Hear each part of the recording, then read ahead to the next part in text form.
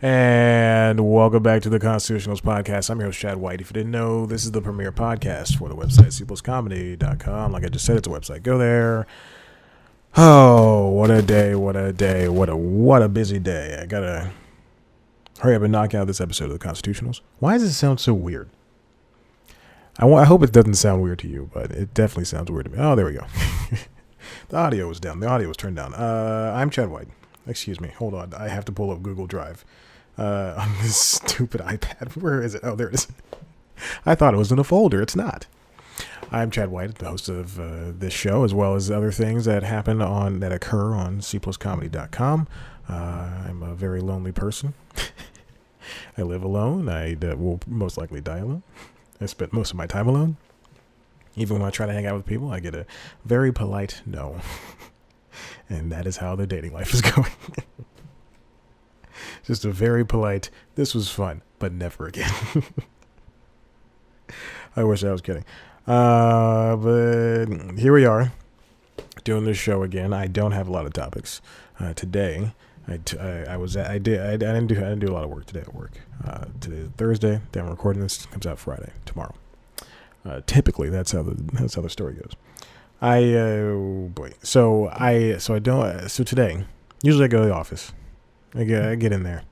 You know, it's like 8 o'clock in the morning. I sit down.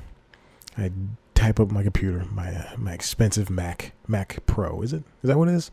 The trash can. I got the trash can. It's all specced out. I sit down, and then I load up whatever's on Premiere, and I watch whatever I need to watch. And I eat some lunch.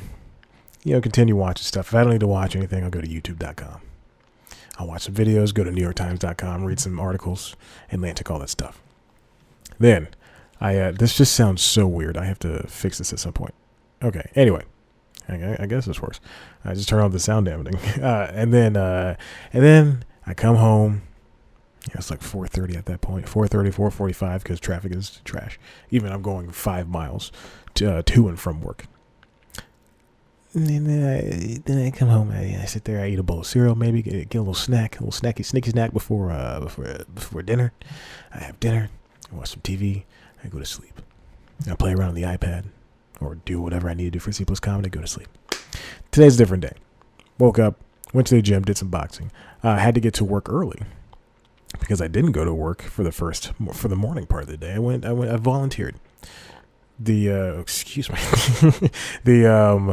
The company that bought our company, Scripps bought Bounce TV several months ago. The acquisition, I assume, happened prior to even me getting hired. And they, go ahead and turn that off. I'm going to talk about that in a second. Well, I just looked at it in a second. If you're watching the video, you just saw me look off to camera right. Something just happened. So anyway, Scripps bought Bounce TV. You might know Scripps through their. Let's see what Scripps owns, because Face ID. Excuse me, because Scripps owns a crap ton of stuff, namely Earwolf. They own Earwolf, or Scripps owns Earwolf. Let's see, Scripps. Oh, they call it the spelling bee. There's a research institute. Scripps owns. Do they own Discovery? Yeah, they own Discovery. Holy crap. They bought Discovery for $11.9 billion. So they already had a network. They own ID Discovery, TLC, HGTV, Discovery Family, History. All that stuff is part of the Discovery family. So I guess this is part of the Scripps Networks Interactive. Yeah. That was formed in 2008 through the spinoff of the E.W. Scripps Company's cable television networks and online assets. So we're part. So Bounce TV is part of the Discovery. I don't want to say part of the Discovery family, but it's a cousin. It's a distant cousin. Let's see what else EW Scripps owns. Excuse me, I'm just screaming into the thing. I guess Discovery is the biggest thing. All right, it started in the 19th century. My God, in 1887, it was incorporated December 1st, 1887. Oh, this is a good little topic for me. They own They own 19 ABC affiliates, 12 CBS affiliates, 11 NBC affiliates, 6 Fox affiliates, 5 CW affiliates, 2 My Network TV affiliates, and 1 station independent of any network affiliation. which might be about. They own a bunch of news things, news conglomerates. Wow, Scripps owns a lot of stuff. Any Hoosers, Scripps owns a lot of stuff, like I just said. So, but what they did was they partnered with this school and us. Obviously, they partnered with their children, their children, to do a book fair for the kids at this school, elementary school, which is which is immediately next to two other elementary schools, and that is not an exaggeration. There, I went to the wrong elementary school, and then behind it, which was like not even 100 yards, I would say 100 yards away, was another elementary school, and then behind that was another elementary school. And I had to, and we got to. They gave away 2 books per child in the entire school. So everybody from K through, whatever, or first through, because I don't think they had primary, but it was like first through 5th or 6th or whatever. They all got 2 books, which is amazing, which is a really cool thing. I thought that it was a book fair. They call it a book fair, but we had to help kids choose, the books that they wanted. They had, Captain Underpants, the spinoff of that, Dog Man, a whole bunch of other things there. Some Minecraft books, Diary of a Wimpy Kid, a bunch of magic books, books about magic, fictional books about magic. It was very nice. So I was there from, usually when I start work around 8 o'clock, so I was there from 8 o'clock until about 11:30, 11:45. It was really nice. Really cool. And that was good. That was the thing I did.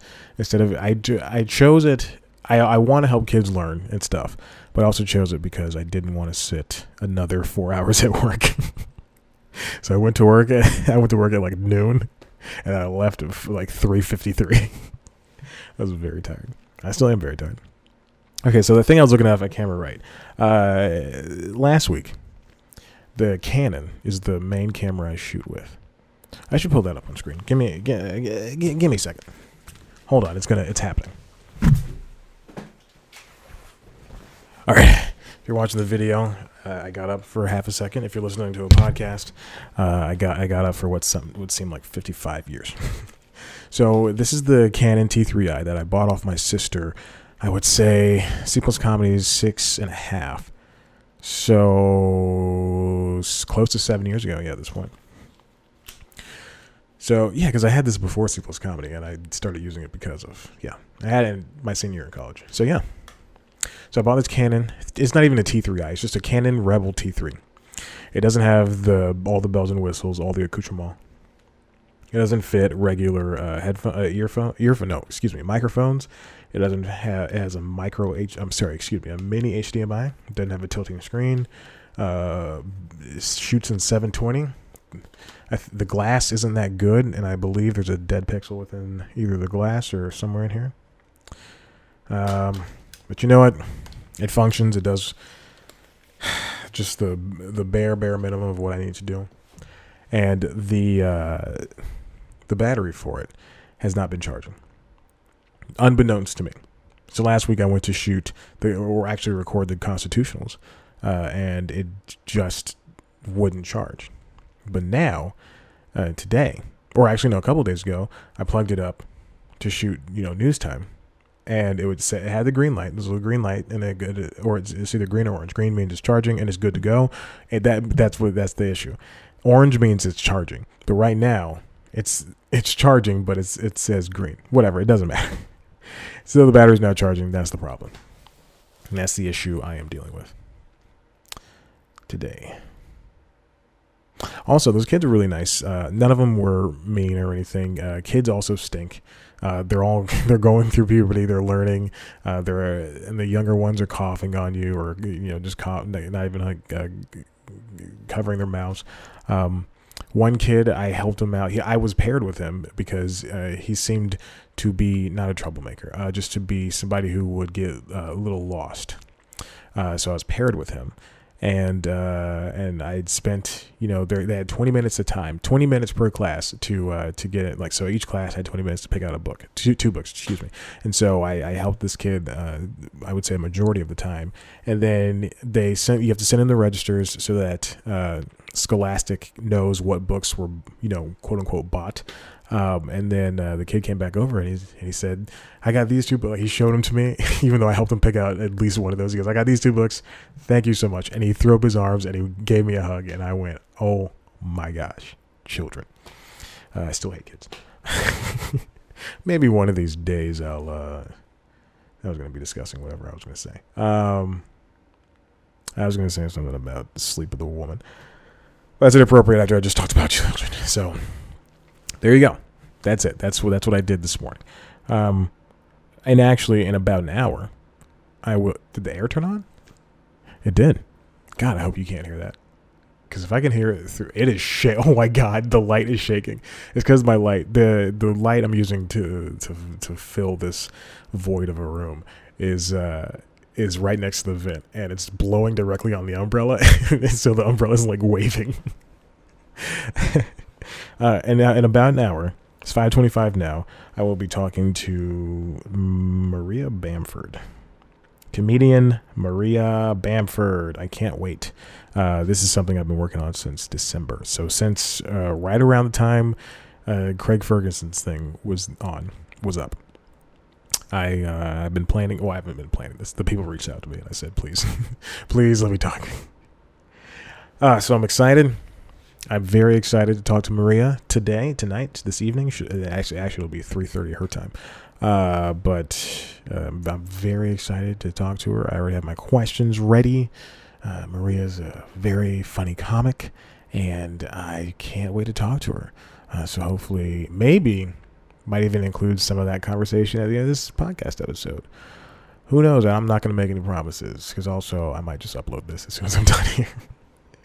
That's usually how these things go. If you're listening to the audio version, you would get the audio, the part of the interview. The video version, no dice. You gotta subscribe to both. Who would subscribe to youtube.com/C+comedy and then not do the pod, or who would do the podcast and then not subscribe to youtube.com/C+comedy? Rather, that's the backwards way of saying it. Maybe one day I'll be able to afford a new camera. I want a Blackmagic 10 Pocket 4K. Wouldn't that be overkill for whatever I do on this channel, which is News Time and the Constitutionals, and maybe one more show this year? Who knows? Probably not. I'm very lazy. No, I'm kidding. We'll see what happens. We'll see what happens. One day I should talk. Well, that'd be a good episode of the Constitutionals. Just talk over my ideas for C+ Comedy's video shows, which I don't think. Oh yeah, they are. It's under a Google Doc called Show Ideas. I got a podcast. I got two podcasts that are very well outlined. And then I have one video show, which would be like an expanded version of News Time. The two podcasts are like pop culture based. It's like, I don't know. That one of them's kind of a review thing, and I don't do review things anymore. I don't even like getting near reviewing because it's just such a hole, such a pit. I also don't like, this is remaking. I thought it said ranking. I should read this like that. And then the video thing is, like I said, expanded news time. Expanded news time? All right, let's hop right into this. Let's get into the topics. Only 3 things. First thing is I watched tonight, actually, the day I'm recording this. So, last night, the day you're listening to this, or in the past, if you're listening in the future. A show premiered on Comedy Central called AWKWAFINA. It's Norma from Queens. I obviously have ties at Comedy Central. If I had ties at Comedy Central, I would not be recording this podcast here in Atlanta. I wouldn't be here in my office. I could afford to live here.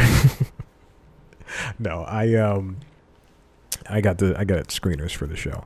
And AWKWAFINA is Norma from Queens. I'm going to preface this by saying I really enjoy the show. I enjoy it so much so that I watched not 1 but 3 episodes. No. There's 5. Yeah, so I watched 3 episodes while I was at work on Tuesday, 2 days ago. 3 entire episodes back to back, which I never do for any show. So I watched 3 episodes back to back. It is very much in the vein of, and I hate to say this because it's comparing a woman to women. It's very much in the vein of, but I'll expand on that a bit. It's very much in the vein of Broad City and NPR just. It's very much in the vein of Broad City and basically any show that is on Comedy Central that's a single camera comedy, that's a raunchy TVMA single camera comedy. And by that I mean that it's about 1 or 2 people. It's not a multicam, not one with an audience. It's if you're watching this, you know what a single cam is. It's very much like Broad City, in that it stars a very idealistic and independent female protagonist who gets put into these very funny situations, and she's hilarious. The acting is great, and then the ancillary characters or the supporting players are very funny. BD Wong plays her dad, and I truly did not know it was BD. I knew it was BD Wong, but I didn't. Excuse me. I'm sorry. I'm trying to type at the same time I'm trying to talk. I knew it was BD Wong, but it does not seem like it's BD Wong, because the only BD Wong, the most prolific thing I know him from is Law and Order. BD Wong, Lori Tan Chen. BD Wong plays her dad. Lori Tan Chen plays her grandmother, and she is just flat out hilarious. They give her the darkest lines, and let's just imagine an old Asian woman who speaks, I would say, 90% English, but still there's like a 10% chance you understand what she's saying. That sounds a little racist, but she's very, very funny. And then Bowen Yang plays her cousin, who is in, I don't know, he's only in 1 episode I saw. So there's 1 new episode. It's already started. No, it hasn't. It starts tonight. Next week is the 29th. It's very funny, and I enjoyed my time with it. You should definitely check it out. Takes place obviously in Queens. NORA alum, who is AWKWAFINA. She's very, very talented. I don't know if I talked about this, but there was a profile last week I read last week where, I think I did. I think I talked about this last episode, where she said she was, where the person asked, if she was too busy in the movie world to have a sitcom, and she's just trying to strike while the iron's hot. So, but I truly, this is great. Ming Na Wen was in an episode. Oh yeah, she was. Yes, that is the Ming Na Wen. Wow, holy crap! And then Laverne Cox is in an episode, in the first episode as God. I enjoy the show, but it is very much in the vein of other Comedy Central single cameras. Hold on, I'm not going to say that show, Broad City. Trying to read and trying to do something at the same time. It's very much like corporate. It's very because you know how Netflix shows feel like Netflix movies and shows feel like Netflix movies and shows, where the lighting is just a little off, and the episode lengths are way too overdrawn, and stuff like that. Well, for a Comedy Central show, each show is they're able to pack in big jokes, small jokes too, but mostly like a lot of nice, big, meaty jokes. And excuse me, the actors or the characters are put into these situations that you don't really see on broadcast, and you more so see on something like FX or deep cable like FX or Comedy Central, and then also has this look, where so Netflix, if Netflix is down here in terms of the lighting's off, then Comedy Central's up here. Like HBO would be up here, then Comedy Central's like up here, like in the middle somewhere. I enjoyed it. I had a good time with it. So check it out. It premieres tonight, next week, tomorrow, whatever you're watching. All right. 19 minutes. Wow. I've been talking for, what did I even talk about? This next one comes from the Hollywood Reporter. Fat women are leading ladies, not jokes. And if I remember correctly, this article is talking about the TV show Shrill, Showtime's show Work in Progress, and a bunch of other things. This comes from Robin Barr. Critics Notebook, TV's fat women are no longer a joke.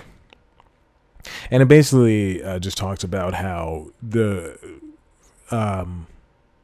fat women, you know, they're not the butt of the jokes anymore. They can be the leading lady. They can be, much like AWKWAFINA, the Asian actor, can be the leading actor. Henry Golding was in a movie with, oh God, well, who was in a movie? What is her name? Amelia Clark.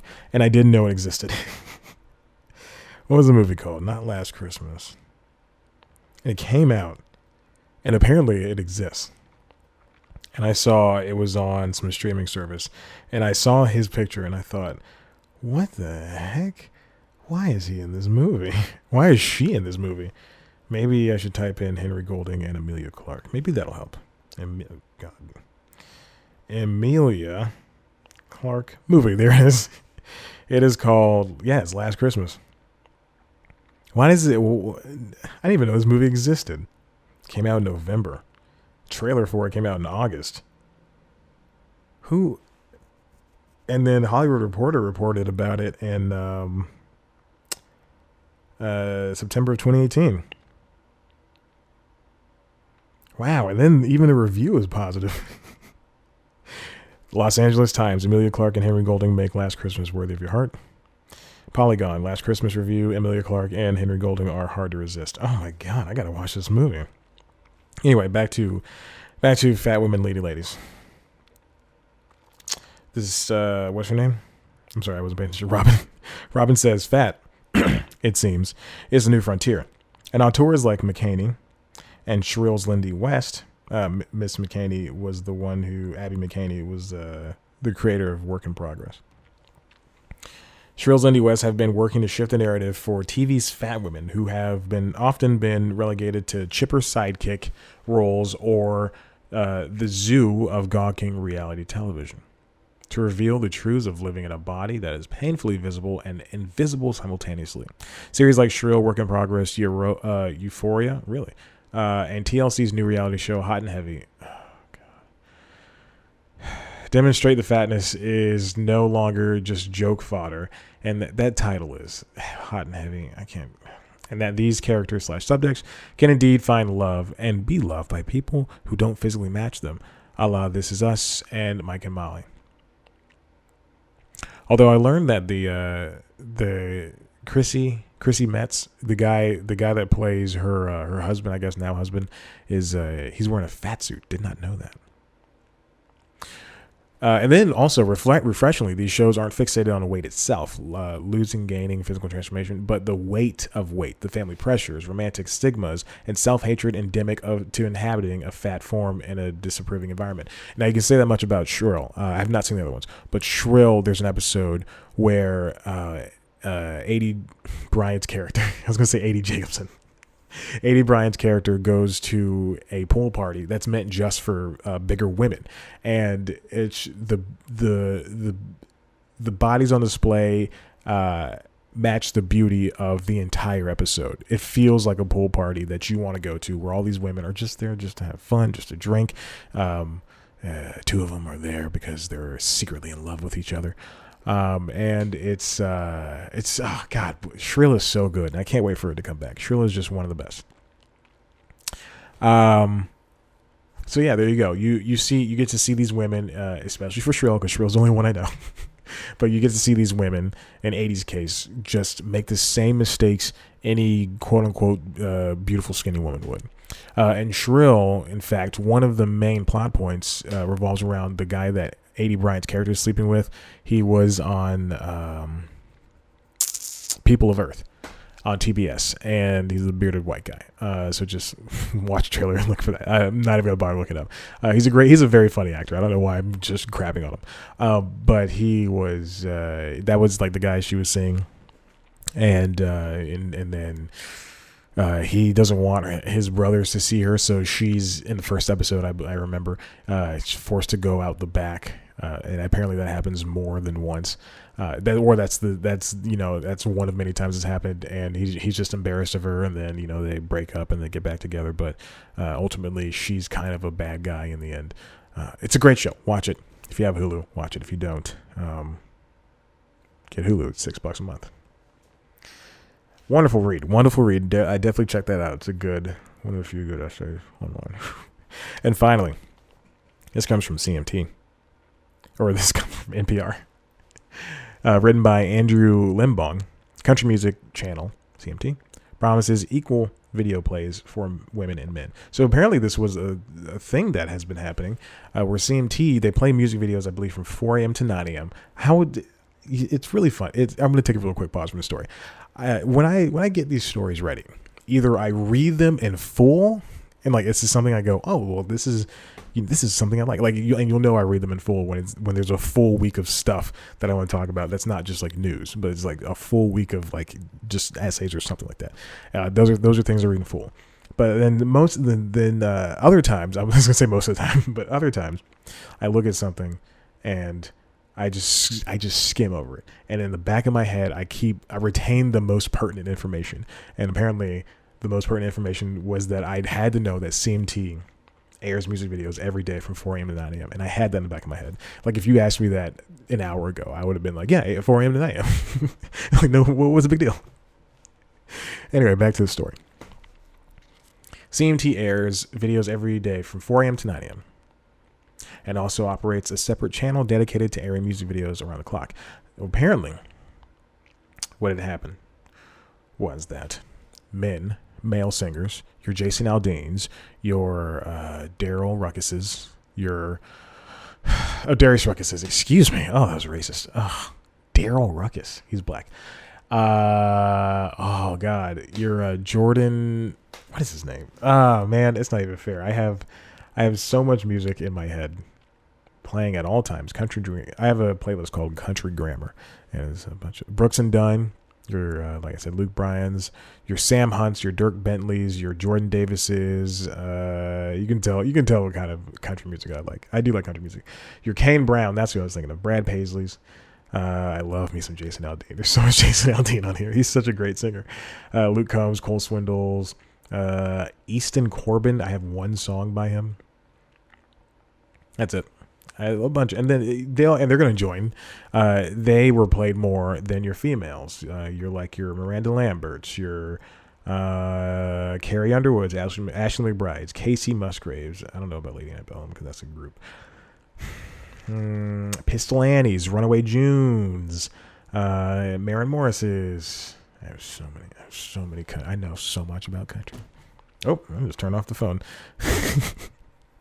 Me just doing jokes. And so they were played more, but now they're going to commit to they're expanding on their previous policy. There was a 60-40 male to female. So now they're going to do 50-50. Leslie Fram, Senior Vice President of Music Strategy for CMT, says the decision was driven by women being underrepresented in country music, whether on TV, streaming platforms, or terrestrial radio. She says, quote, "We're not saying every female artist in every single song. Let me start over. We're not saying every female artist and every single song from a female artist should be played," Fram tells NPR. "We're saying let's have an equal playing field and let the fans decide." Women being overlooked by the country music establishment has been a long-standing issue. In the press release announcing its new policy, CMT linked to a segment from the TBS show Full Frontal with Samantha Bee. Good job, CMT. Oh, well, that's owned by Viacom. Okay, all right, never mind. CMT is owned by Viacom, yes. About the issue.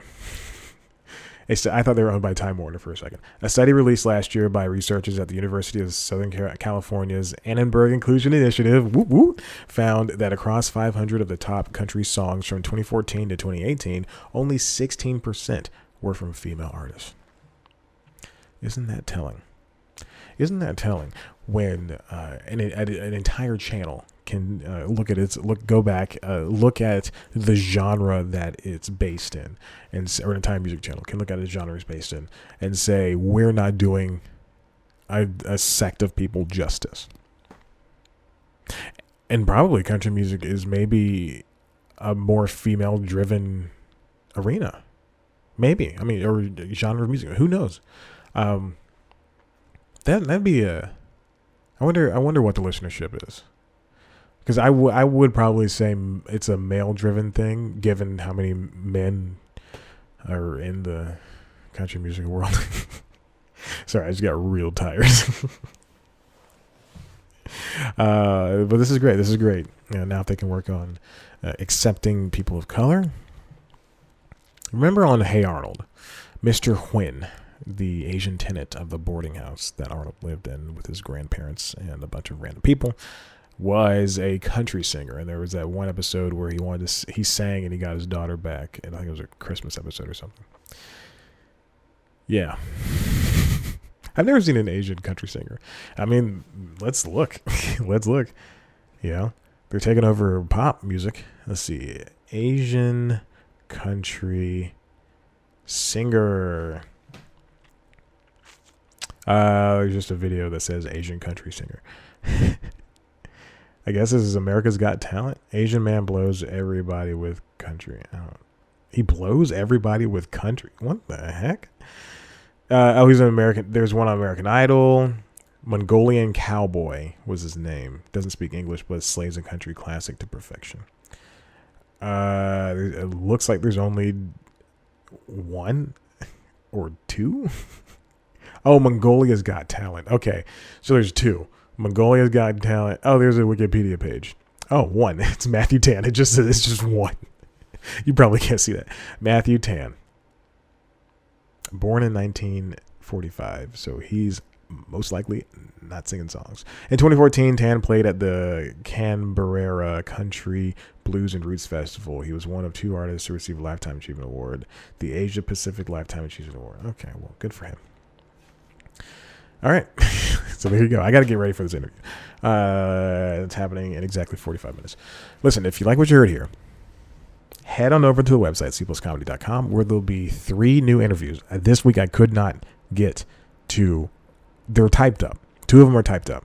The Maria Bamford one's about to happen in a little while. But next week, you will have 3 new interviews. Nicholas Coombe from Dora the Explorer movie. Sherry Kohler from Good Trouble. I'm sorry. Let me go back. Nicholas Coombe, he was in the Dora the Explorer movie. He starred in the co-starred in the movie, but he's also in a new show called 68 Whiskey over there on Paramount Network. So definitely check that out. Good Trouble's own Sherry Kohler, very funny comedian, and she's a very personable person. Like, I think we could be friends at this point. And Maria Bamford, hopefully, that'll be up next Friday. Maybe I can do those Monday, Wednesday, Friday. We'll see what happens. I'm not gonna make any promises, but definitely Maria Bamford's will be up next Friday. Very funny comedian. Check her out. You've seen her in like so many things. She does voiceovers, Adventure Time, Big Mouth, a bunch of other stuff. She's stand up. She writes stuff online. It's amazing. She's one of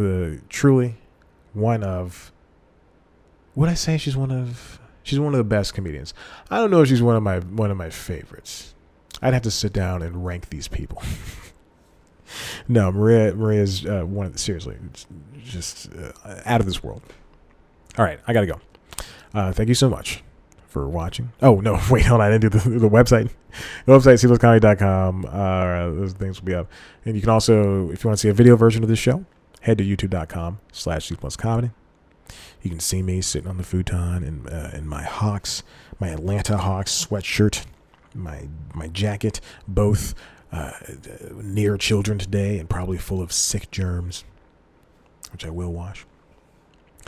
And also on youtube.com/cpluscomedy is our premiere show News Time, which is a weekly news show where I take one topic and I dissect it down to the core and try to throw some jokes in there. This week's episode was Omar Raja. He's the guy who created House of Highlights. It's a sports highlight thing. Very popular on Instagram. Sold to Bleacher Report, and he was at Bleacher Report, and now he's working for ESPN, trying to help ESPN with their social media stuff. So definitely check that out. It's a good episode. It's probably the first good episode in a long, long, long time. I mean, like maybe since November. It's probably the first good episode since then. Major offense to me. So definitely check that out. And then subscribe if you're not subscribed to this podcast. I don't know why you're listening to this. Why you wouldn't be. Rate it on Apple Podcasts. Tell your friends about it. Who cares? Let's hang up. This is it. Bye.